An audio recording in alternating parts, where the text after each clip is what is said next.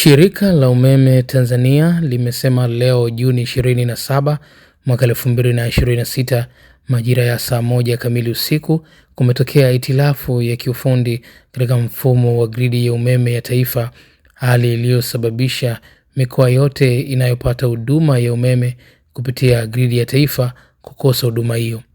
TANESCO imesema wataalamu wa shirika hilo wanaendelea na jitihada za kurejesha huduma ya umeme kwa awamu katika maeneo yaliyoathirika. Shirika linaomba radhi kwa wateja wake na wananchi kwa usumbufu uliojitokeza na linawashukuru kwa uvumilivu wao wakati jitihada za kurejesha huduma hiyo zikiendelea.